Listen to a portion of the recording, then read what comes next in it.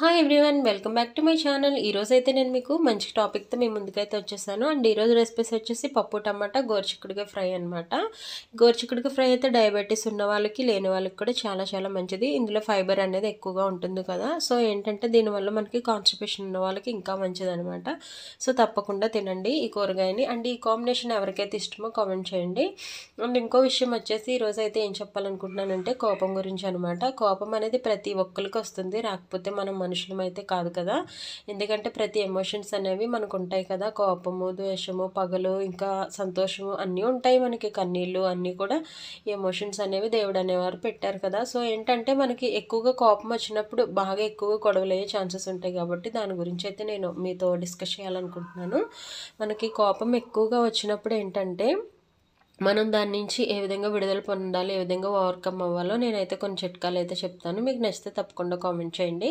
మనకి ఎక్కువ కోపం వచ్చినప్పుడు ఇద్దరు కూడా అరిచేసి, for example wife and husband మధ్యలో మనకి గొడవ అనేది జరిగిందనుకోండి, హస్బెండ్ అరుస్తున్నప్పుడు వైఫ్ అనేది కామ్ అయిపోతే చాలా చాలా బెస్ట్ అనమాట.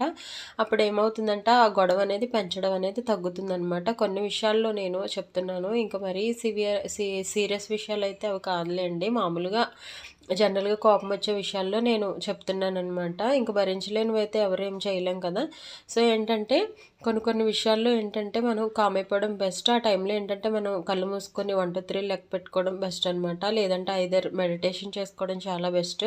మనం దాని నుంచి కామ్ అయిపోతాం, మర్చిపోతాం కూడా అనమాట. లేదా మనకి హస్బెండ్తో ఏమన్నా గొడవ అయితే పేరెంట్స్తో బాగా స్పెండ్ చేయడం, పిల్లలతో స్పెండ్ చేయడం చేస్తే ఆ కోపం పోయి మళ్ళీ హస్బెండ్తో మనమే మాట్లాడేస్తామన్నమాట.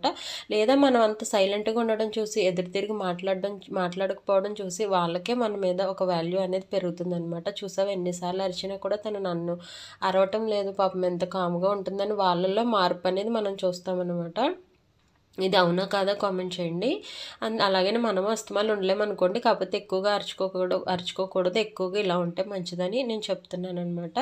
అండ్ ఇంకో విషయం వచ్చేసి ఏంటంటే మనకి ఎక్కువగా కోపంగా ఉన్నప్పుడు మనకు నచ్చినవి ఏదో ఒకటి ఉంటాయి కదా, అవి తినేయచ్చు శుభ్రంగా. నేనైతే అదే చేస్తాను. నాకు ఎక్కువ కోపం వచ్చింది అనుకోండి, ఆ టైంకి సైలెంట్ అయిపోయి నాకు ఇష్టమైనది ఏదో ఒకటి చేసుకొని తినేస్తానమాట. మీరైతే ఏం చేస్తారో కామెంట్ చేయండి.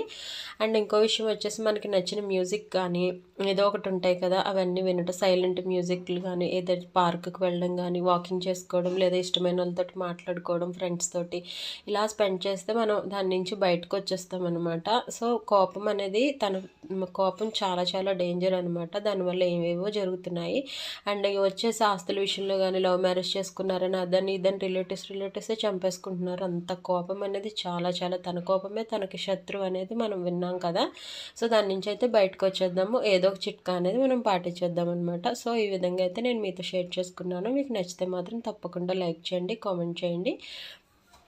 అండ్ ఇంకో విషయం ఏంటంటే మనకి కోపంగా ఉన్నప్పుడు ఆ టైంలో ఏంటంటే మనం సైలెంట్గా ఉండిపోవడం వల్ల మనకు విలువ అనేది చాలా పెరుగుతుంది. నేనైతే చాలా సార్లు అబ్జర్వ్ చేశానమాట. సో తప్పకుండా మీరైతే పాటించండి. ఇంకోటి ఏంటంటే ప్రజెంట్ డేస్లో అందరూ మూవీస్ చూసేసి కొన్ని పాజిటివ్ ఉంటాయి, కొన్ని నెగిటివ్ ఉంటాయండి. అన్ని వాటిల్లోనే అంతే, స్టోరీస్ అయినా ఏదైనా కూడా. కానీ మనం పాజిటివ్నే మనం తీసుకోవాలి. ఆ నెగిటివ్ని తీసుకోవడం వల్ల మనలో ఏంటంటే అవి అలాగే జరగాలి, జరగకపోతే కోపం వచ్చేయడం, లేదంటే మనం ఆ ఫ్రస్ట్రేషన్ అంతా కూడా అవన్నీ కూడా మనం రియల్ లైఫ్లో పెట్టుకోకూడదు. ఎక్కడ చూసిందో అక్కడ విడిచిపెట్టేయాలన్నమాట. సేమ్ సినిమాల్లాగే జరుగుతున్నాయి ఇప్పుడు ప్రజెంట్ డేస్లో. ఇష్టపడలేదని చంపేయడం, లేదా ఆస్తులు ఇవ్వలేదని చంపేయడం, ఇలా జరిగిపోతున్నాయి. మనం పాజిటివ్ని మనం అందులో గ్రహించాలి, నెగిటివ్ని మాత్రం వదిలేయాలి. సినిమాల ఎఫెక్ట్ కూడా చాలామందికి ఉంటుంది. చూడాలి, ఎంజాయ్ చేయాలి, అంతేగాని వాటిని మనం మన లైఫ్లోకి ఆచరించకూడదని నేను చెప్తున్నాను అనమాట. సో ఈ విధంగా అయితే నేను టమాటా పప్పు గోరుచిక్కుడుకాయ ఫ్రై అయితే చేశానమాట. మీ ఇంట్లో ఏం కర్రీసో కామెంట్ చేయండి. లాస్ట్ వరకు ఎవరైతే ఈ వీడియోస్ చూసారో కూడా వాళ్ళందరికీ చాలా చాలా థ్యాంక్స్. అండ్ నా ఛానల్లో వచ్చేసి చాలా హెల్తీ రెసిపీస్ అయితే చేశాను. నిన్నైతే నేను ఫుల్ మక్కానా రెసిపీ కూడా చేశాను. So please like and subscribe my channel. ఇంకా మీకు ఎలాంటి రెసిపీస్ కావాలో కూడా తప్పకుండా కామెంట్ చేయండి, నేను చేయడానికి ట్రై చేస్తాను. అండ్ నేను ఈ చెప్పిన ఈ వీడియోలో మొత్తం అంతట్లో కూడా మీకు ఎప్పుడైనా కోపం వస్తే మాత్రం కామెంట్ చేయండి. లేదా మీకు కోపం వచ్చినప్పుడు ఏ విధంగా చేస్తారో కూడా నాకు తప్పకుండా తెలియచేయండి. Please like and subscribe my channel and thanks for watching. ఈ విధంగా అయితే నేను నెక్స్ట్ టైం ఇంకో మంచి టాపిక్తో మీ ముందుకైతే వస్తానండి. చూసారు కదా, నేను మా అమ్మకి పప్పు అయితే తీసేసి లాస్ట్లో మాకు కారం అయితే యాడ్ చేసుకున్నాను అనమాట. టమాటా పప్పు కన్నా కూడా నాకు ఎక్కువగా ఆకుకూర పప్పు చాలా చాలా ఇష్టం. మీకేమి ఇష్టమో కామెంట్ చేయండి. Please subscribe.